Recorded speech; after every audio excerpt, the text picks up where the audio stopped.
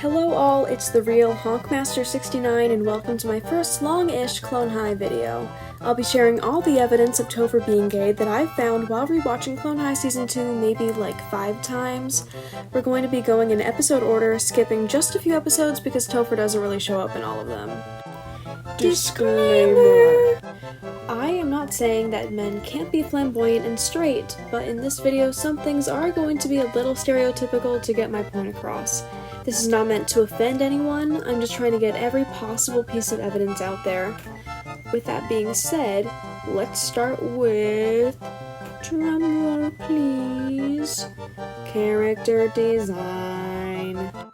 So there isn't much to be said about Topher's character design, the main thing being that this boy wears a lot of pink. Pink pants, pink hat, pink swimsuit in that one episode. And yes, I know straight men can like and wear the color pink, but oftentimes it's not as overused by straight men. And with all the other evidence I have, this is definitely something that can be pointed out, even if it's not immediately a telltale sign. But I've got some of those, I swear. Also, adding this in last minute because this got sent to me as I was making this is his beta design. They knew where they were going with this character. Episode 1 is obviously the first episode of the second season, which means it's the first episode where Topher is introduced. The first time we see him is when he swaps shoes with Abe for a Unity Week activity, and almost immediately he starts explaining to him the dangers of being cancelled. Nothing really important there. However, later in the episode when Abe is filming his apology, the first person to comment is Topher, and what does he comment? Heart emojis. And this is seconds after the livestream started. Why are you so eager to send him hearts, Topher? I smell fruit. Same with episode 1, there isn't a whole lot of evidence in this episode, just a few things here and there. The first one I want to talk about is absolutely a bit of a stretch, but that's fine. Everyone knows that iconic scene in season 1 where Cleo, Abe's love interest at the time, pops out of a locker to talk to Abe. Now in season 2, episode 2, Topher does the same thing, and this isn't the only Cleo/Topher parallel, but I'll talk about the other later. The other thing I noticed in this episode is that Topher has a pride flag in his room. Now, this can easily be argued with since Topher has many other woke posters in his room, but I'm bringing this up anyways. I have never seen someone who is such an ally that they have a pride flag in their room, and this especially goes for Topher because before Abe he wasn't even having anyone in his room who could see it. Zesty? I think so. Topher barely shows up in this episode, so I really just have one thing to take from this one, and that's Topher's pet possum, Lucy Fur. Topher named her Lucy Fur? That is the zestiest thing any man could name a pet. She sounds like a drag queen. I cannot stress this enough. Lucy Fur. So, first off, absolute theater kid. I mean, listen to this. What about me? White silence is violence. I should be in the show. Hell no! Second, this whole performance with Scudworth, this was the zestiest thing I've ever seen in my life. Genuinely. First of all, the mesh tank top. These things are very worn by gay men. At Pride this year, I saw at least 10 guys in these. Also, the knife. Don't point that gun in my face! Is you LGBT because your gun pink? And the way that he falls? Zest. His pose right there? Zest. Topher, the denial is crazy. I definitely have a lot to work with when it comes to this episode. The first thing I have is the way Topher eats his bus shrimp. Let's fast forward to episode 8 when Cleo is eating an oyster like this.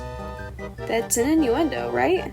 So, I have a feeling that the shrimp could also be interpreted that way. That's how I interpreted it, at least. Next, we have this part right here. Out of the way, Confucius. I'll perform CPR.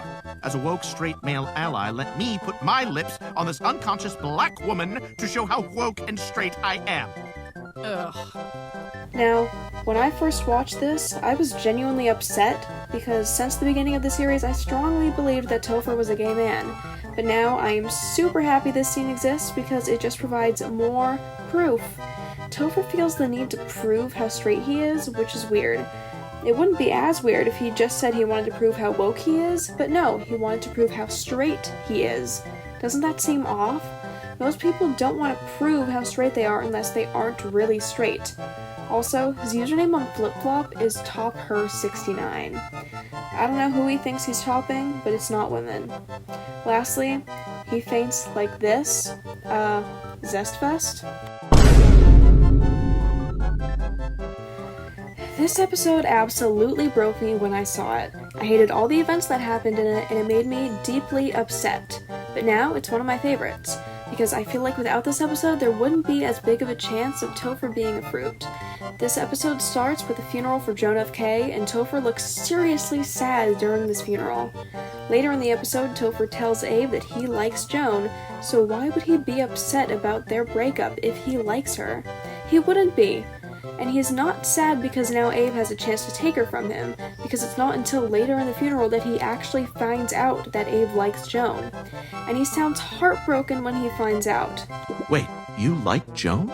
The way he says it just doesn't scream, "What? No, I wanted her," to me. Throughout the episode, Topher finds different ways to convince Abe not to confess to Joan, and Topher ends up blackmailing, or white leveraging, him.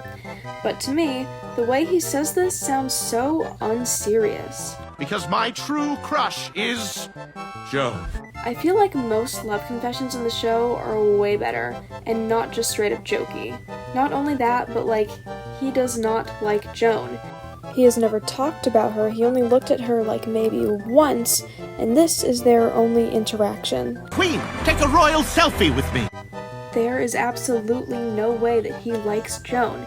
It's so incredibly random that it has to be a lie.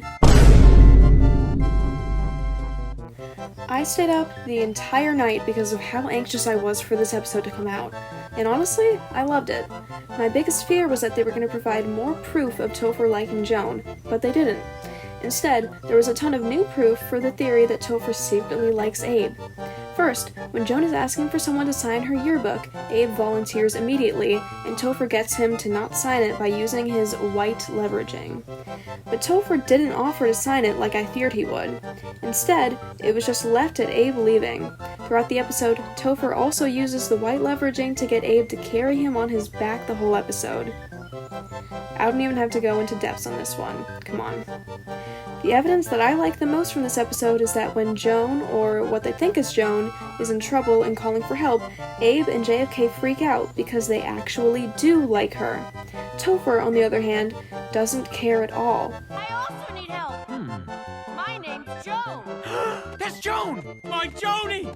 He only starts to look a little distressed once Abe begins to freak out. Why? Because he likes Abe, not Joan.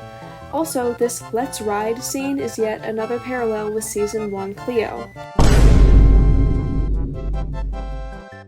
Alright, party people, that's all the evidence I've got. So, my conclusion is that Topher is a Zest Fest, and it's really hard to deny it.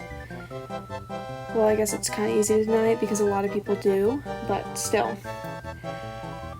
If you still strongly believe that Topher is just some incel who is super straight and is in love with Joan, I don't know what to tell you. This is some pretty solid evidence I've got.